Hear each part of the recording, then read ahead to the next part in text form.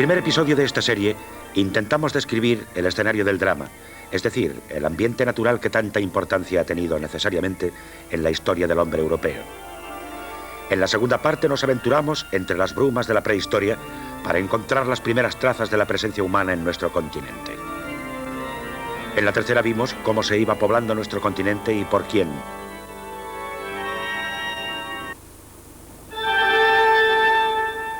En la cuarta, el hombre, la acción del hombre sobre el ambiente y la transformación del territorio fueron los temas principales.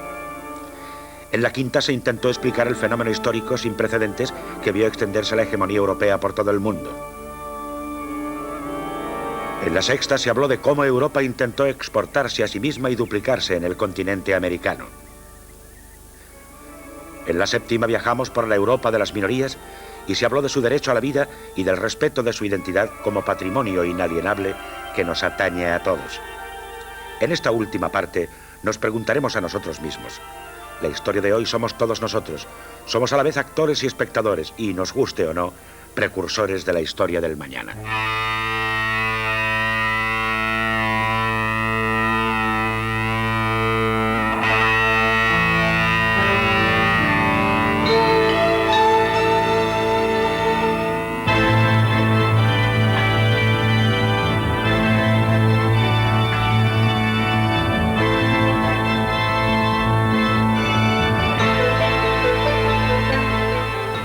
El hombre europeo.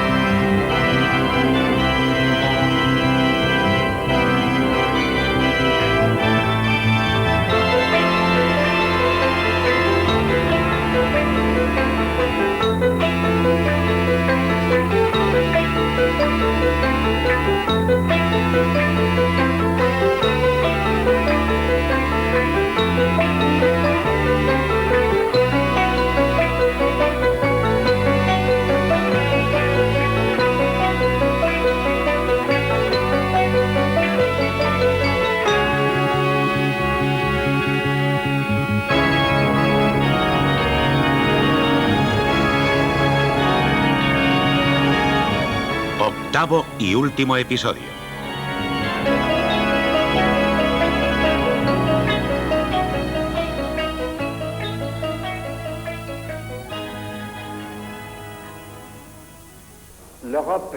Europa, como hemos visto en esta serie de episodios, es una entidad históricamente definida cuyos orígenes se remontan a los primeros albores de la historia.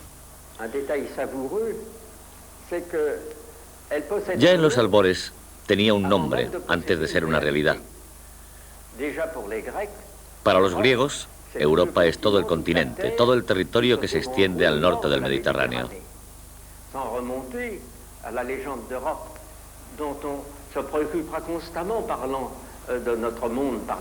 Por no hablar del mito de Europa, al que siempre nos referimos al hablar de ella, Europa fue raptada por Zeus en las costas de Fenicia y por lo tanto fuera de Europa.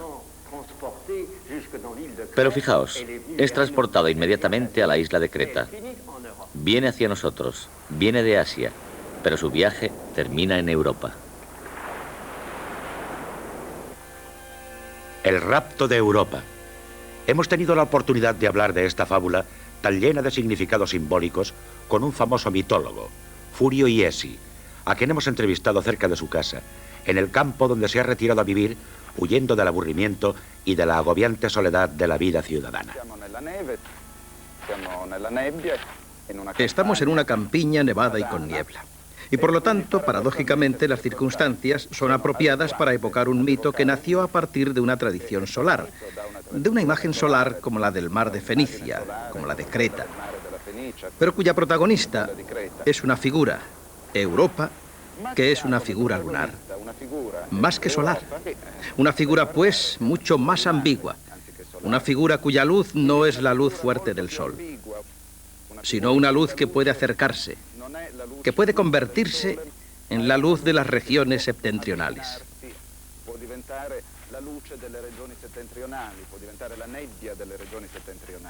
Convertirse en la niebla de las regiones septentrionales. Mito de Europa, pero ante todo, mito de la diosa Europa. La historia antiquísima de un personaje femenino que estaba, según la tradición, cogiendo flores en la costa de Fenicia cuando fue deslumbrada por la figura de Zeus bajo aspecto de toro saliendo del agua. Le siguió y fue llevada hasta Creta, donde se celebró la boda de Zeus con Europa.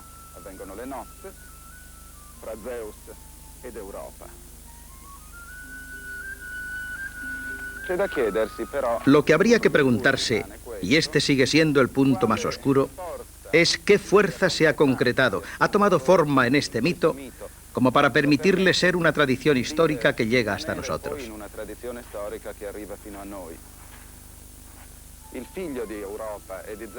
El hijo de Europa y Zeus, Minos, es en la tradición el legislador. Luego ha personificado la tradición de la primera cultura organizada, ordenada, según modelos que serán propuestos más tarde a lo largo de la cultura griega, e incluso llegarán a tradiciones europeas más recientes. El nombre Europa y lo que le quedaba de mito se han llenado de otros contenidos muy distintos que llegan hasta hoy y que se transforman continuamente. De la niebla, de la ambigüedad poética del mito a la viveza de la realidad. Una realidad compleja, la europea. Una realidad contradictoria.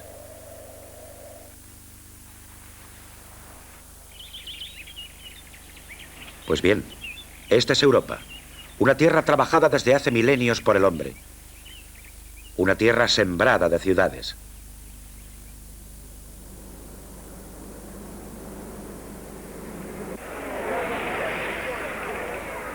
Pueblos distintos, a menudo enemigos.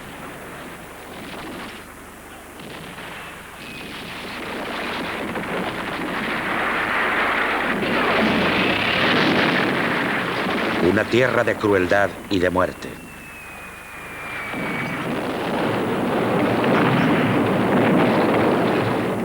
De crueldad y de muerte, sí, pero también de maravillosas realizaciones del pensamiento, del arte, de la técnica.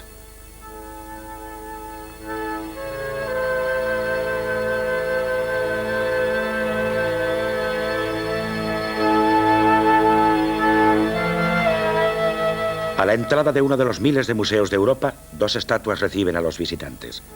Ambas simbolizan nuestro continente, y al observarlas, uno se pregunta si se puede todavía reconocer a Europa en la serena y fuerte estatua que sonríe incansablemente, o si es solo un recuerdo de glorias pasadas. Un mármol noble estropeado por el tiempo y por las desgracias.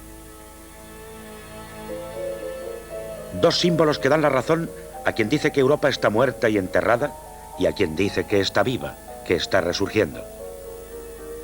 Pero ¿cómo y cuándo ha muerto Europa? ¿Y qué Europa? ¿Y cuándo ha nacido?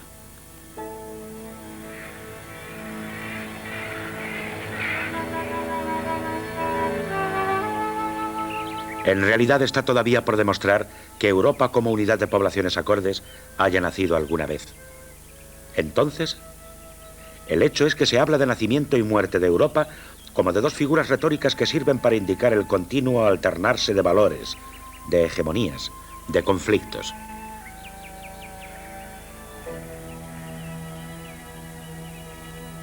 Europa, como cualquier realidad compleja, inestable y contradictoria, puede ser descrita, contada, pero no definida.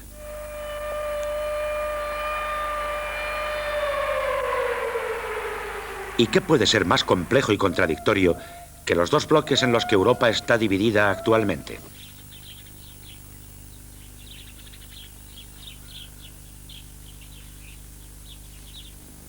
Al este, los países que se llaman del socialismo real. Un bloque aparentemente compacto, pero en realidad atormentado por continuos conflictos. En Occidente, monarquías y repúblicas. Repúblicas parlamentarias y presidencialistas. Las contradicciones en Europa occidental se diferencian en esto. Están más a la vista. Se pretende la unidad de esta parte de Europa, aspiración que es cada vez más difícil de realizar. Norte, sur. Otros dos polos opuestos, dos Europas distintas.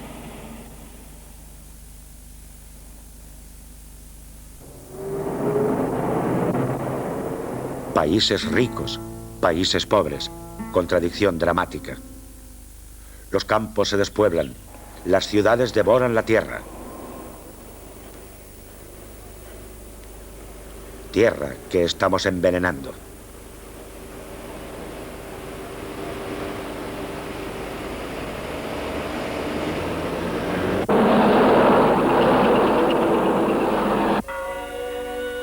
La Europa del frío, de la nieve, de la niebla, de los interminables inviernos.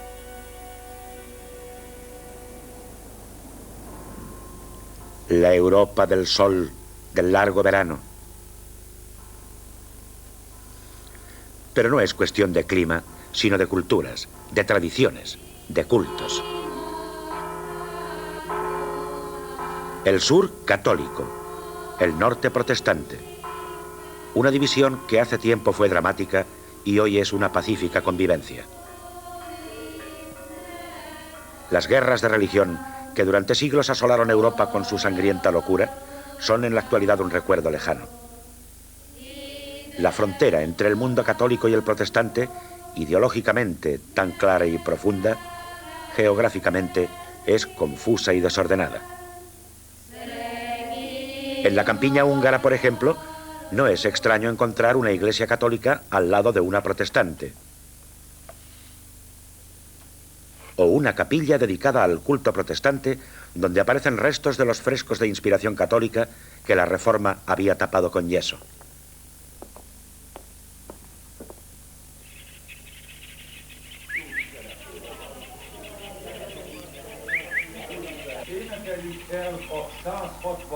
Contigüidad que no anula ni disminuye las profundas diferencias entre el mundo de la Reforma y el de la Contrarreforma.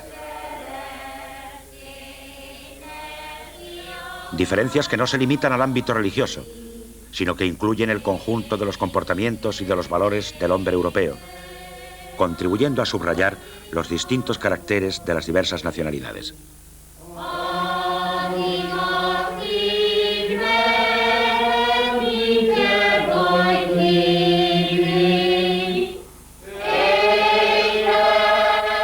El hombre europeo, el católico, el protestante y el ortodoxo. El ortodoxo es el heredero de un cisma mucho más antiguo, el de la Iglesia bizantina, icono del culto ortodoxo en Grecia. Un rito en Atenas.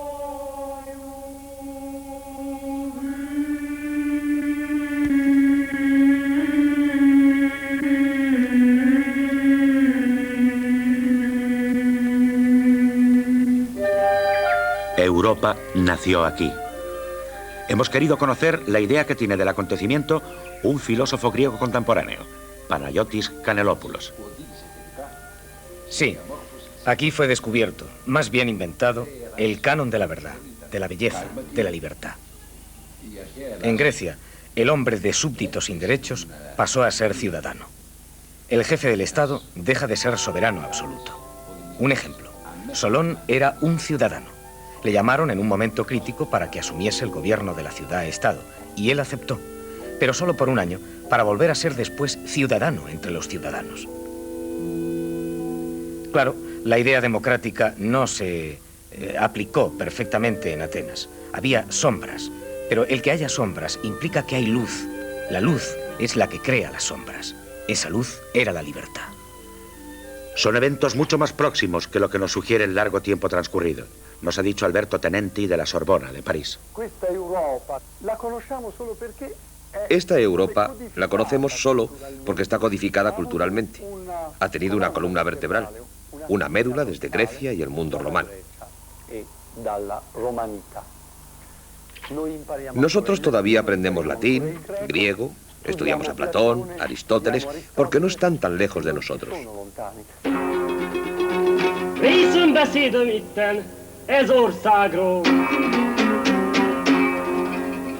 Szitnya léva csábrág murány váráról. Ferdinánd király elrontatásáról. S az bennök valóknak nagy szernyi halálokról. El hombre europeo, un muestrario de caras, de formas, de trajes, de miradas, y también de peinados, de gorros, y de lenguas, idiomas, acentos. Es todo tan variado y tan poco homogéneo, aparentemente, que nos podríamos preguntar si existe verdaderamente esa entidad antropológica que responde al nombre de hombre europeo. Es la pregunta que le hacemos a uno de los más famosos antropólogos contemporáneos, Claude Lévi-Strauss. En su opinión, profesor, ¿existe el hombre europeo?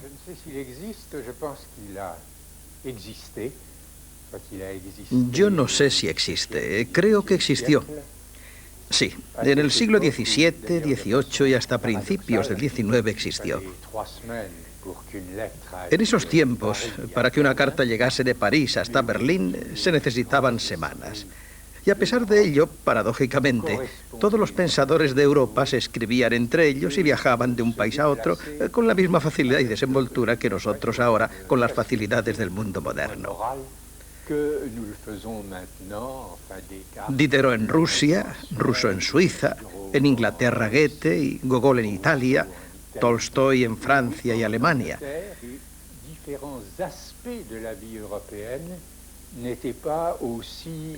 Era una época en la cual, yo creo, los distintos aspectos de la vida europea no estaban tan íntimamente entrelazados entre ellos como ahora y no se reflejaban tanto los unos en los otros. Quiero decir que los filósofos, los artistas podían crear entre ellos una atmósfera verdaderamente europea, pero esto era completamente independiente de los conflictos que podían surgir entre los estados a los que pertenecían, conflictos que a su vez eran independientes de la vida popular y pueblerina en las provincias de cada país.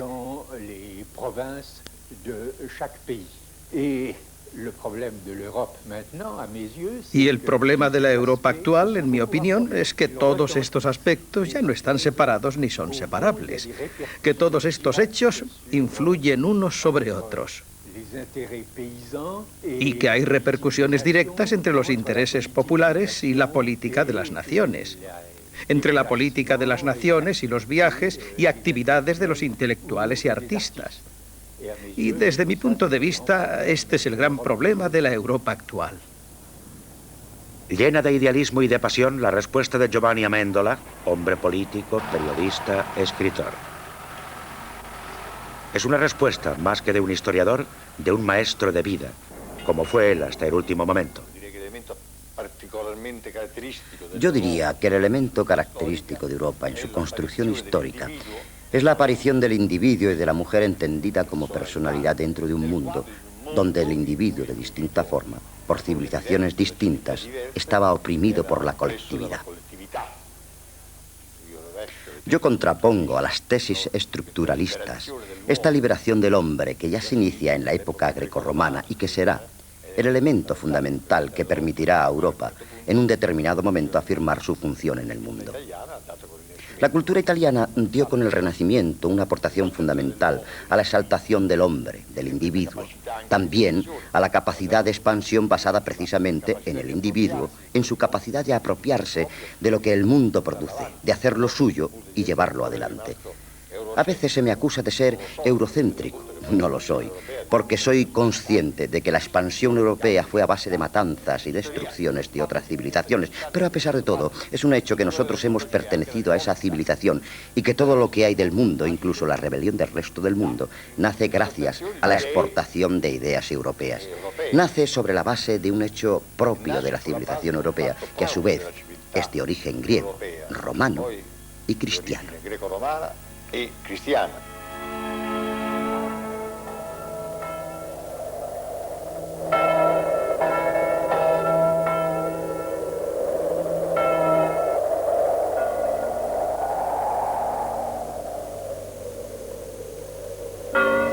El cristianismo y Europa. Sobre esta antigua relación hemos querido saber la opinión, y la hemos encontrado, en el corazón de los Alpes, en el monasterio de Sellenbüren, de un famoso teólogo de habla alemana. In Europa die Religion eine sehr große Bedeutung gehabt hat für die Bildung des Menschen, wie heute ist, des Europäers. La pregunta que me hacéis es muy compleja. De hecho, en el contexto de la historia europea, la religión ha tenido mucha importancia en la formación del hombre tal como es hoy, del hombre europeo, quiero decir. Se puede afirmar que hasta el 400 toda nuestra cultura, para bien o para mal, ha estado influida por la Iglesia y que la religión cristiana ha sido uno de los factores que más ha influido en la formación del hombre europeo.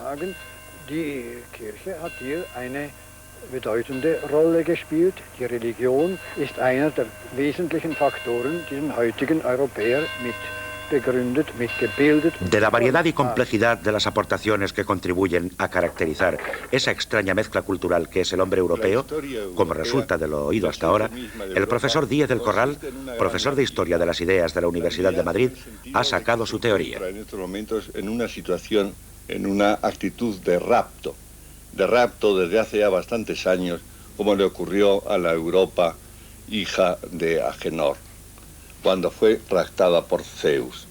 ¿Qué quiere decir esto respecto del hombre europeo? Pues quiere decir que el hombre europeo ha sido capaz de asumir una serie de contribuciones de las civilizaciones más diversas del planeta, configurar con ellas una civilización y una cultura propias que, basadas en principios de racionalidad, han producido un conjunto de conocimientos de distintas formas de vida que poseen una objetividad tal por sí misma que resultan asimilables y apropiables por otros pueblos del planeta. Es correcto mantener esta tesis, igual que es correcto preguntarnos por nuestra identidad y ser conscientes de la suerte que hemos tenido al vivir en este continente, cruce de numerosas y variadas civilizaciones.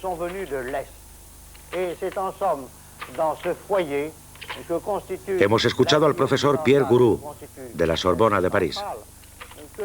Del este nos han llegado aportaciones fundamentales de aquellos antiguos focos de cultura que fueron Oriente Próximo y Asia Central. Influencias que llegaron por medio de los hebreos, de los fenicios, de los griegos. Ruinas de una ciudad griega en la frontera oriental de Europa. Es Istria, que fue, hace 2700 años, un gran emporio de intercambio de las mercancías y culturas de Oriente Próximo y las europeas, las mediterráneas. Nos habla en medio de estas ruinas el historiador Virgil Candia, de la Academia de Rumanía. El Mar Negro, las costas de la actual Rumanía, un puerto. Desde hace milenios, una puerta, un camino abierto entre Oriente y Occidente. Aquí construyeron sus ciudades y sus puertos no solo los antiguos griegos, sino también los romanos y los bizantinos. Hoy somos nosotros, los rumanos, herederos de los restos y las reliquias, los guardianes celosos. El sagrario de estos recuerdos es el Museo de Constanza, en el Mar Negro, precisamente.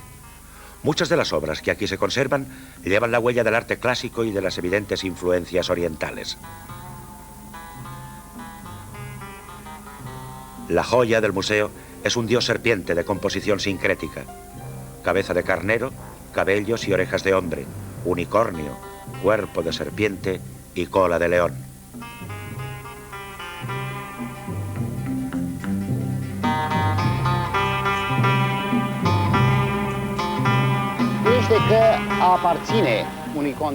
Claro que, en mi opinión, las nobles ascendencias no bastan para adjudicarse el título de europeo. Hay que haber participado y participar en la historia del continente, haber contribuido a su defensa. Los rumanos lo hicieron en la Edad Media y en la época moderna, y al desarrollo de su cultura. También a esto hemos contribuido en muchos campos. Por ejemplo, en la música, con Enescu, en escultura, con Brancusi. Brancusi. Su mundo de formas abstractas, muy moderno, muy europeo, Se refiere a los aspectos y a los momentos fundamentales de la vida campesina de su país. Su mesa de la amistad está inspirada en la mesa rústica del campo.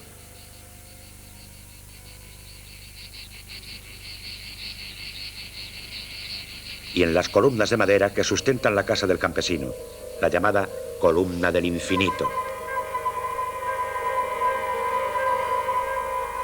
Seguimos en Rumanía, en los Cárpatos, rocas con forma de esfinge.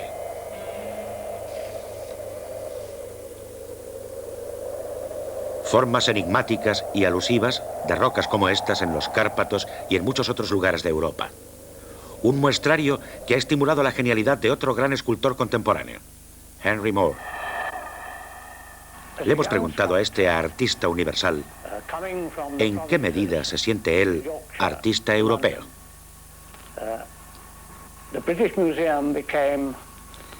Cuando yo era un joven escultor recién llegado a Londres desde la provincia de Yorkshire, mi verdadera educación fue el Museo Británico, porque allí podía ver y estudiar la escultura de los primitivos, de la prehistoria, y la escultura negra, la escultura mexicana. Aprender la historia de lo que yo sentía que era la verdadera escultura. Estoy muy satisfecho de haber comenzado mi carrera de escultor precisamente cuando el movimiento artístico empezaba a descubrir las llamadas artes primitivas, esculturas que inspiraron artistas como Picasso, Guérin, Modigliani. Pero acercándome como estoy al fin de una carrera bastante larga, si me pregunta qué es lo que ha contribuido principalmente a mi formación, yo pienso en artistas europeos como Rembrandt, Miguel Ángel, Piero della Francesca, Giovanni Pisano, Giotto.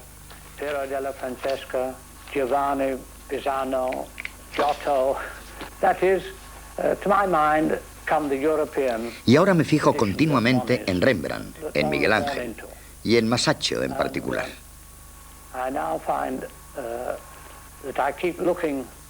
O sea, se imponen en mi mente las tradiciones europeas con las que he crecido. Una herencia al nacer de la que no se puede huir.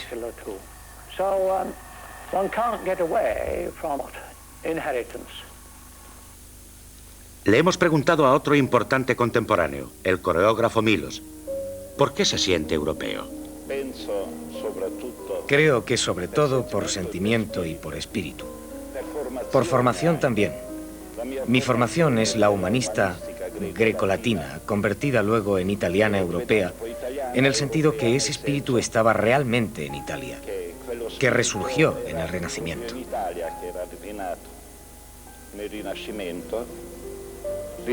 El Renacimiento también ha creado la forma de arte que se llama ballet, que es a la que yo me dedico.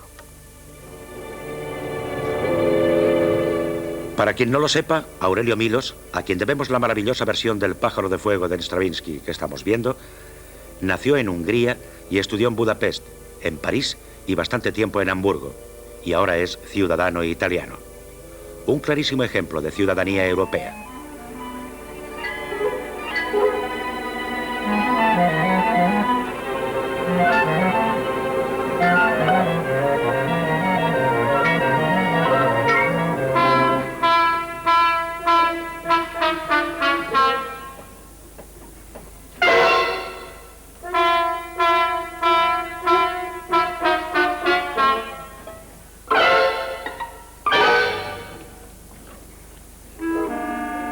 Europa, cruce de numerosas y variadas civilizaciones.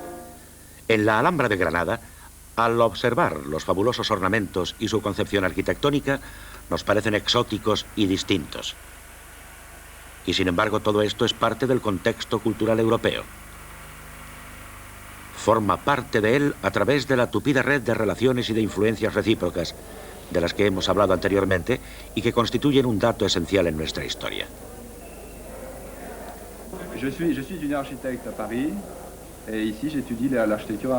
Soy un arquitecto francés interesado en estudiar, desde la universidad, el arte de los árabes en Europa.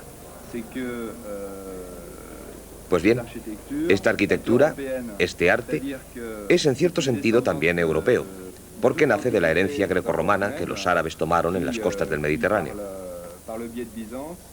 Y luego, a través de Bizancio, la fusión llega a ser perfecta. Todo esto parece tan distinto.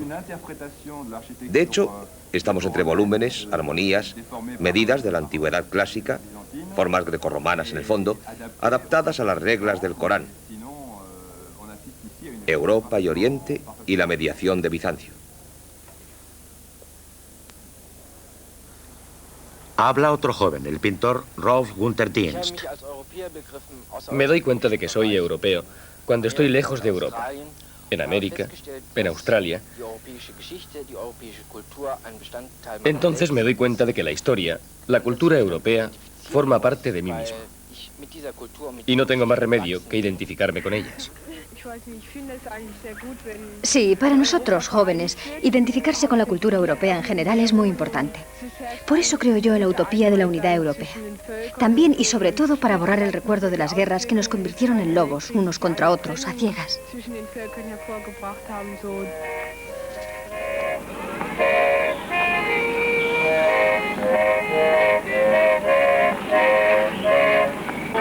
Nuestro itinerario nos lleva desde el Beaubourg de París a otros modernísimos centros culturales.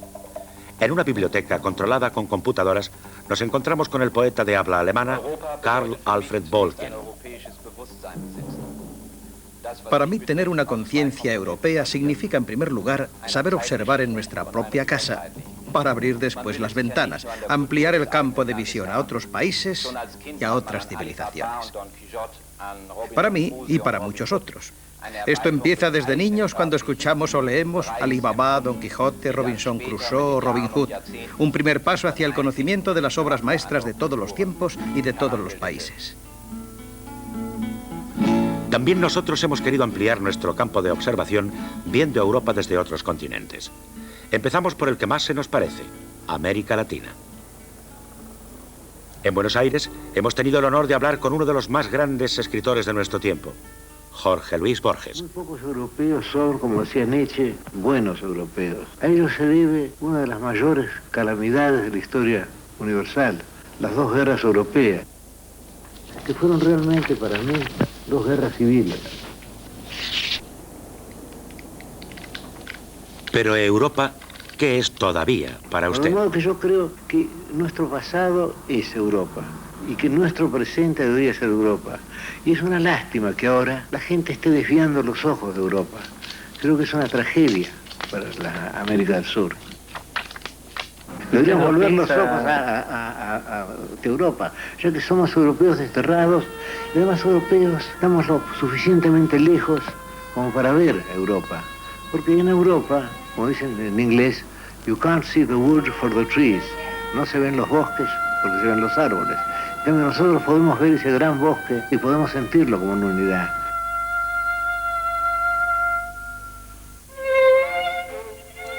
Hemos escuchado a otro escritor, también muy famoso en su mundo, al este de Europa, que encontramos en el antiguo y lujoso Café Europa de Budapest.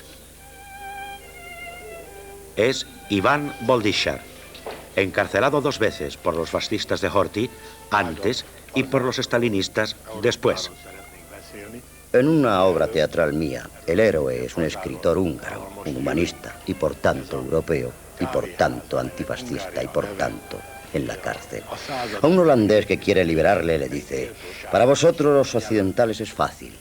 Hagáis lo que hagáis, siempre seréis europeos. Podéis incluso, por pasatiempo, dejaros oprimir por el fascismo. Nosotros, en cambio, aquí tenemos que ganarnos nuestra europeidad, día a día. Para hablar del tema de la libertad de prensa en particular, nos hemos trasladado al prestigioso edificio del Times, en Londres, y hemos hablado con su director. El hecho extraordinario ocurrió en Gran Bretaña cuando comenzó nuestra revolución industrial, que equivale al comienzo de la era moderna. Nuestra libertad de prensa data de 1593 y desde entonces Gran Bretaña fue el único país, hasta finales del 17, donde hubo libertad de información. Luego se convirtió en un valor reconocido universalmente en Europa.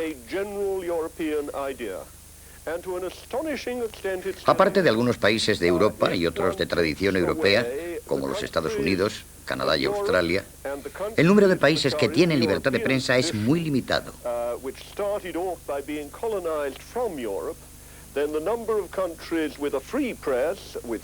La lista, de hecho, es muy corta.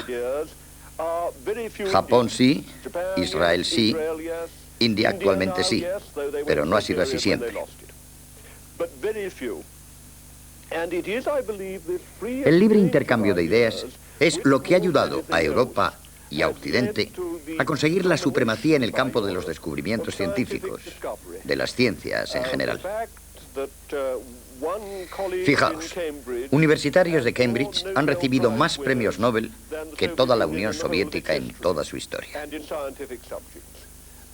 La remoción de la ignorancia y de los prejuicios, debida a la difusión de las ideas libres, nos ha ofrecido y ofrece infinitas posibilidades.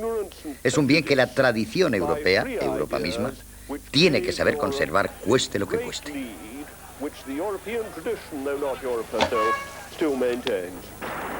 De Londres a París, de la dirección del Times a la redacción de Le Monde, Jacques Novercourt, firma importante del famoso diario francés.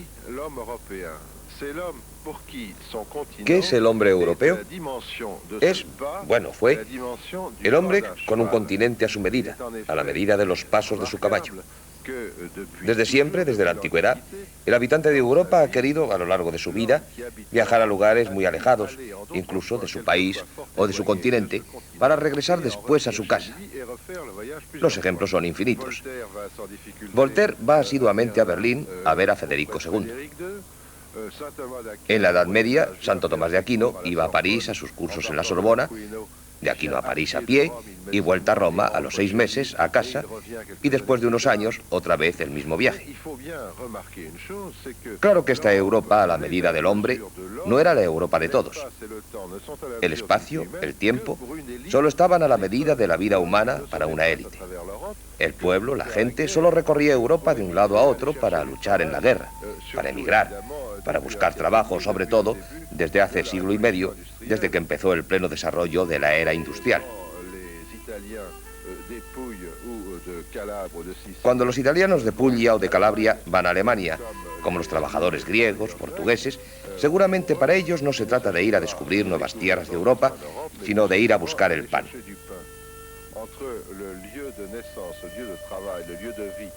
Entre el lugar de nacimiento, de trabajo, el hogar, digamos, y la lejanía de los lugares donde se puede encontrar trabajo, está el vacío.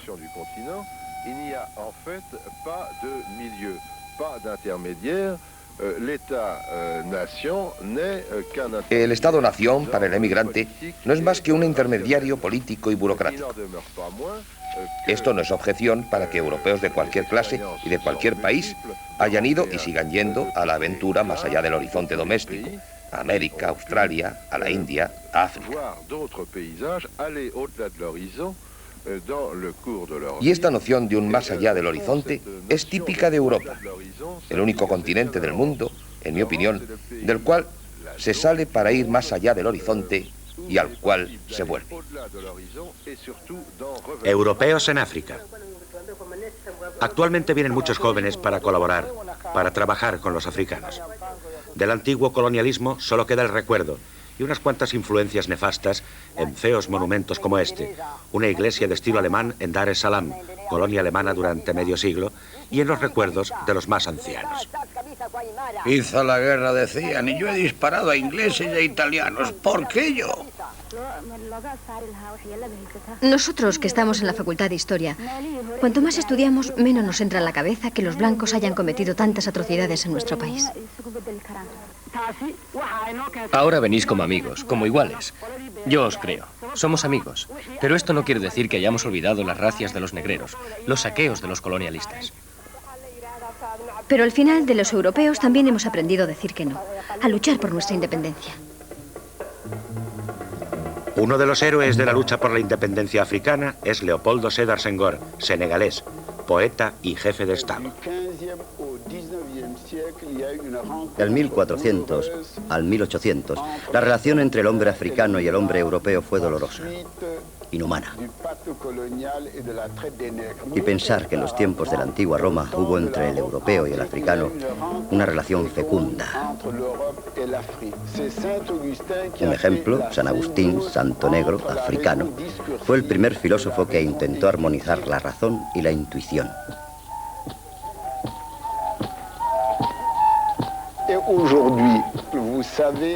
Ya sabéis que el arte negro hoy día le ha puesto su sello al arte contemporáneo.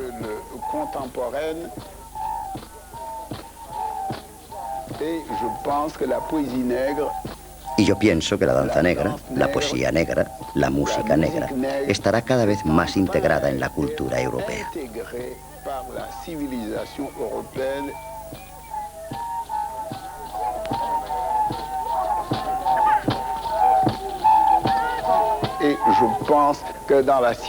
Yo creo que la simbiosis entre África y Europa será condición determinante para cualquier avance de la civilización del mundo. Y es por eso por lo que yo, a pesar de todo, estoy lleno de esperanza. Un acto de fe que Senghor pronuncia en el Campidoglio, delante del cuadro de Rubens que narra el mito de la loba de Roma, el día en que le fue concedida la ciudadanía honorífica de la ciudad, de Roma, precisamente.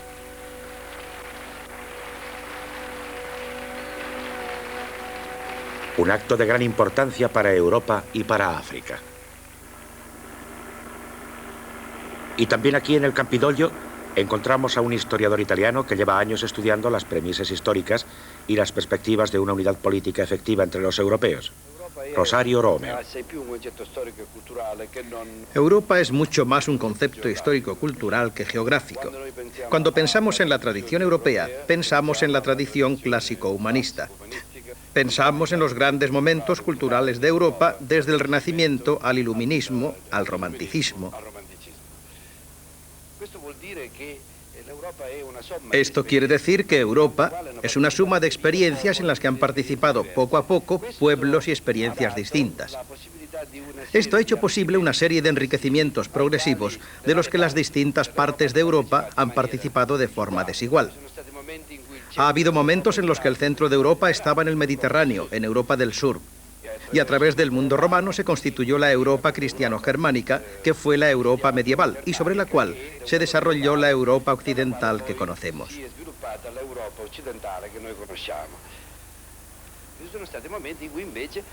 Ha habido momentos en los que la Europa de la civilización moderna, de la revolución industrial de la Ilustración, ha tenido su centro en las regiones de Europa del norte occidental.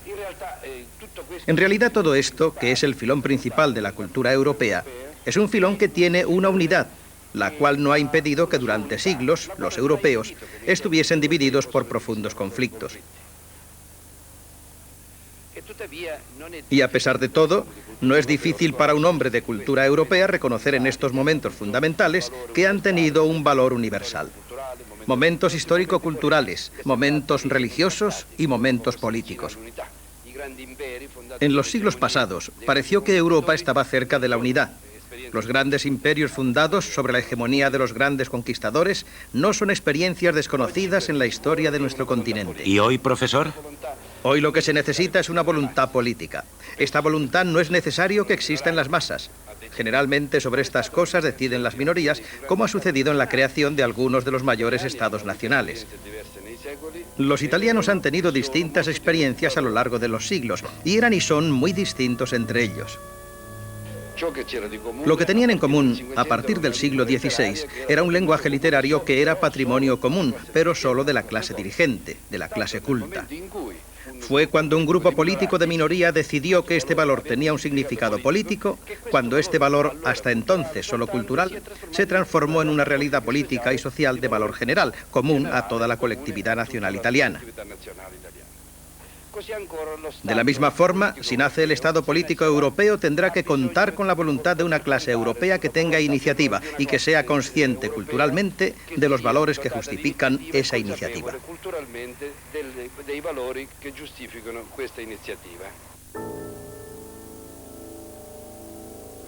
Nos trasladamos de Roma a Mantua para preguntarle a otro gran historiador, Carlo Cipolla. Nos hablará de los problemas que obstaculizan la unidad de Europa.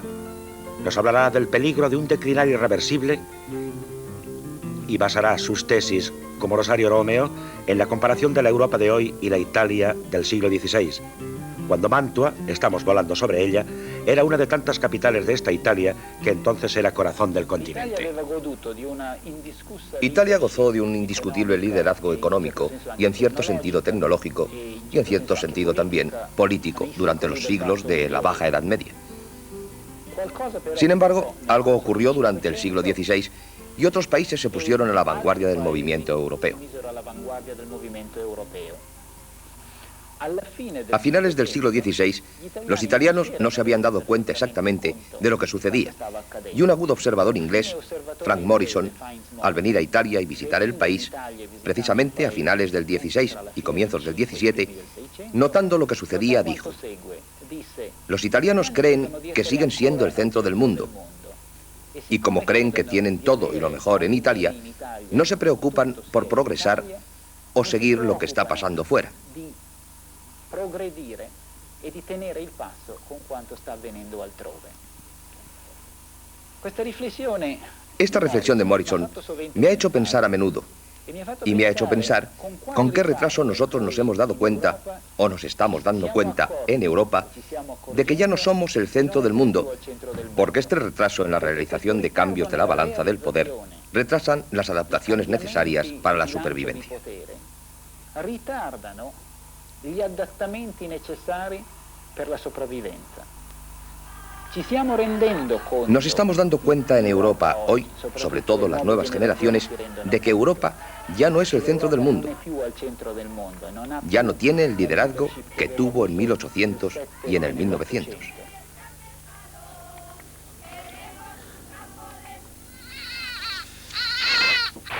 Después de estas importantes intervenciones, otras voces, quizá más humildes, pero no por ello menos significativas, responden a nuestra pregunta sobre el hombre europeo. Estamos en un chac entre pescadores griegos en la isla de Psara. Se habla de paisanos emigrados. Antes, nos dice uno de los pescadores, nuestros paisanos volvían solo cuando ya eran viejos, si volvían. Ahora, sin embargo, vuelven también los jóvenes. Otro añade, hay ayudas en toda Europa para quien quiere volver a su patria.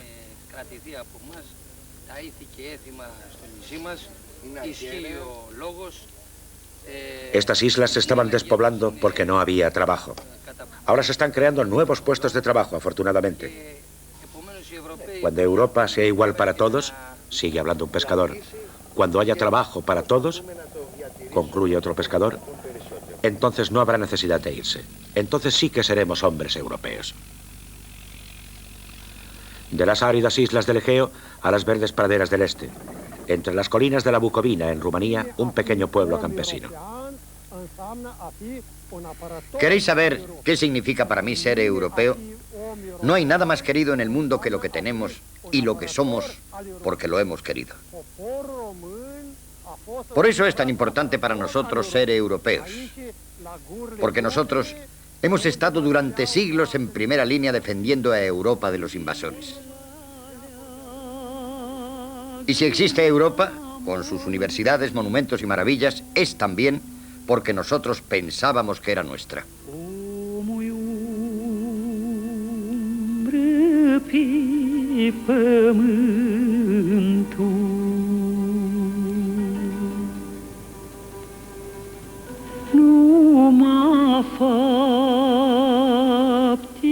Una canción fronteriza dice, el hombre es la sombra sobre la tierra, solo los hechos dejan huella.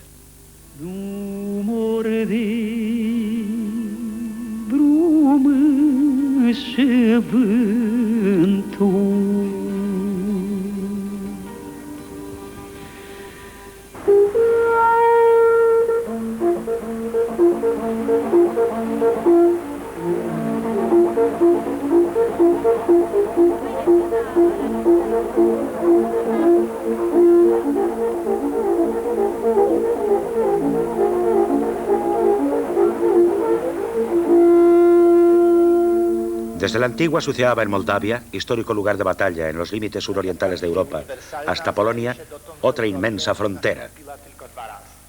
Otro lugar conflictivo, pero también lugar de encuentro. En el Museo Nacional de Varsovia, algunos intelectuales discuten sobre su identidad europea en la sala donde se conservan los cuadros pintados aquí hace 2 siglos por el veneciano Canaletto. Hablan de Varsovia, que fue asolada en la Segunda Guerra Mundial y que fue reconstruida gracias a estos cuadros que dieron a los arquitectos el modelo exacto de lo que se había perdido por la crueldad de los invasores.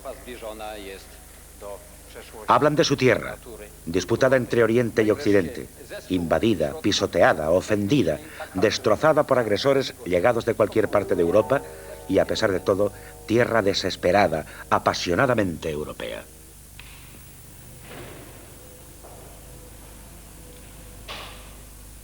Dos famosos mimos ingleses. Quien sabe interpretar su juego y el significado de sus rostros cubiertos por pinturas y polvos dorados, asegura que este ballet alude a figuras simbólicas.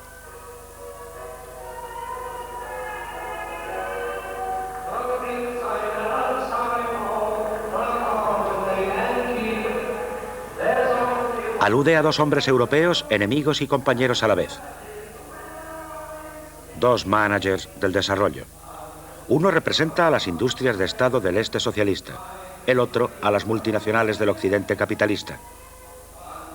Tienen nombres e ideologías distintos y sin embargo persiguen el mismo fin. El oro de sus rostros nos dice cuál es. En el fondo, una alegoría irreverente de las relaciones comerciales entre los 2 bloques en los que está dividida Europa actualmente. Una alusión burlesca, simbólica, cuyo significado nos lo aclara con otros términos y con gran precisión un economista, el premio Nobel Sir John Hicks. Intercambio económico. Hoy, más aún que en el pasado, sirve para penetrar, para perforar las fronteras.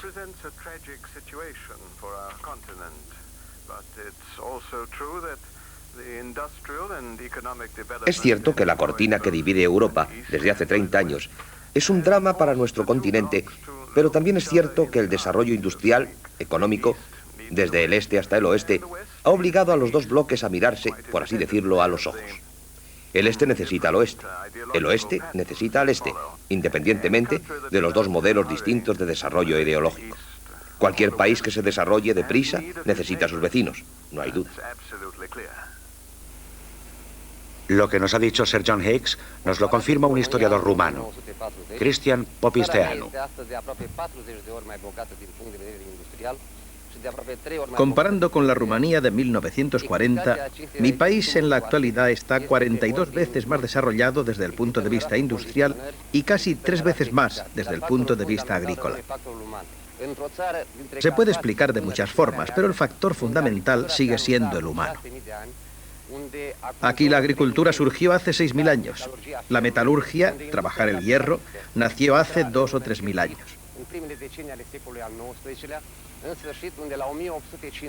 Aquí el oro hizo de la Dacia una provincia única del Imperio Romano.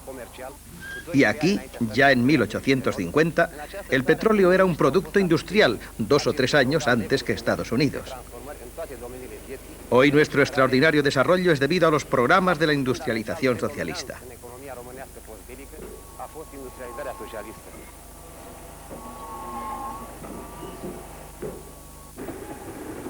Todos tenemos que contar además con la crisis mundial de la economía. ¿Influirá también esta crisis en las relaciones de convivencia entre las distintas naciones y por lo tanto en la identidad europea?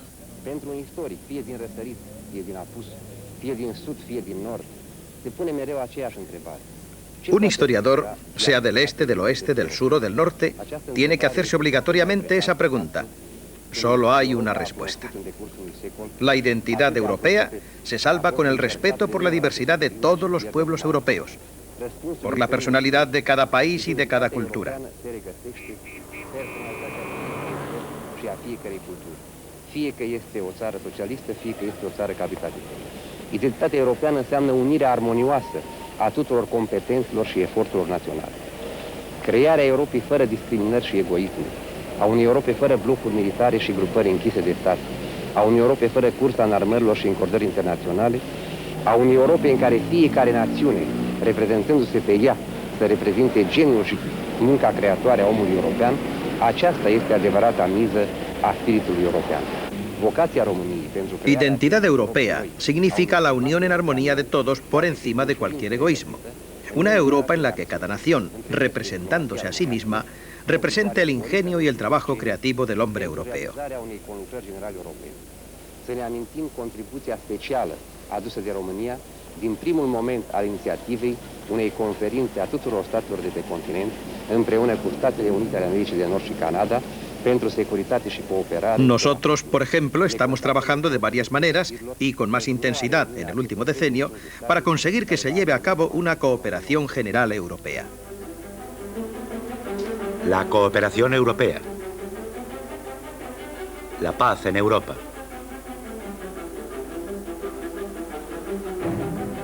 Hipótesis que encuentran su principal obstáculo en la crisis mundial que nos afecta a todos.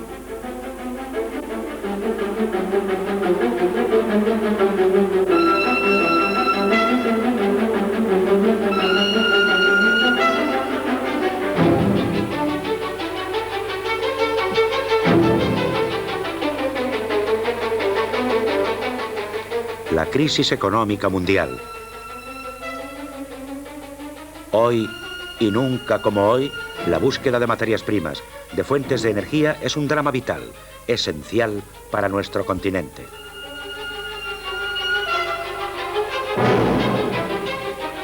Un problema que el hombre europeo intentó resolver en el pasado lejano y reciente, a distintos niveles y con medios distintos.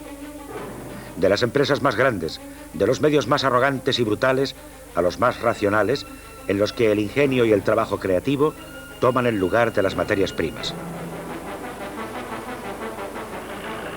Un ejemplo de lo más humilde y por lo tanto de lo más representativo podemos tenerlo para concluir nuestra charla en una pequeña y famosa ciudad toscana que se podría llamar, sin ánimo de ofender, la capital de los harapos, la ciudad de Prato. A Prato, desde hace siglos, llegan andrajos de todos los lugares de la tierra. Harapos, retales, recortes, restos que han perdido su condición de basura inservible y que han sido reciclados, como se dice hoy. De andrajos viejos, telas nuevas, y lo que sobra de este milagroso reciclaje tampoco se tira. El harapo del harapo sirve para los campos. Sirve para abonar la tierra. Nada, nada se pierde. Todo es útil para el hombre y revaloriza su esfuerzo.